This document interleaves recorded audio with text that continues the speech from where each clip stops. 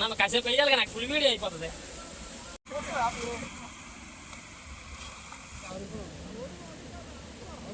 So మామ, మన ఏరియాలో అయితే ఇసురు వాళ్ళతో చేపలు పడుతున్నారు. సో నాకైతే ఇన్ఫర్మేషన్ వస్తే నేనైతే వెళ్ళాను మామ. వీళ్ళైతే నేను వెళ్లే ముందే చాలా చేపలు అయితే పట్టేస్తున్నారు. సో ఇప్పుడు వల అయితే వేసారు కదా, చూడు మేము చేపలు పడ్డాయో. మీకైతే అనిపించవచ్చు మామ, వల్ల డైరెక్ట్ లాగేస్తే చేపలు ఉంటే వచ్చేస్తాయి కదా అనేసి. కాకపోతే ఏరియా మొత్తం రాయలు ఉన్నాయి మామ, పెద్ద పెద్ద రాయలు. సో వల ఆగమంటే ఏదో ఒక రాయిలో ఇరుక్కుని వల అయితే చిరిగిపోద్ది. సో రాయలు తప్పించుకుంటూ వల అయితే బయటకి అయితే తీయాలి. ఇప్పుడు ఏ చేపలు పడ్డాయి మీకు కూడా చూపిస్తాను చూడండి.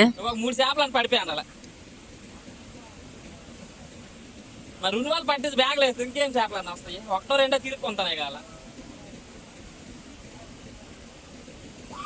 ఓ పడింది. సరే 2 పడిపోయినాయి.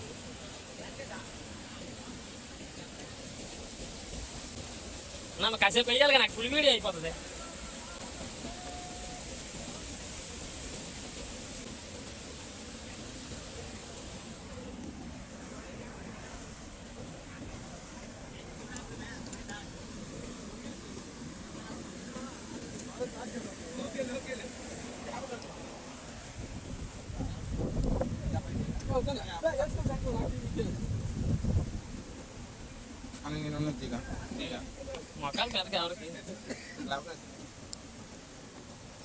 ఈసారికి అయితే వీళ్ళకైతే 2 చేపలు పడ్డాయి, కానీ దాని తర్వాత నుంచి ఎంత ప్రయత్నించిన ఒక్క చేప కూడా పడలేదు మామ.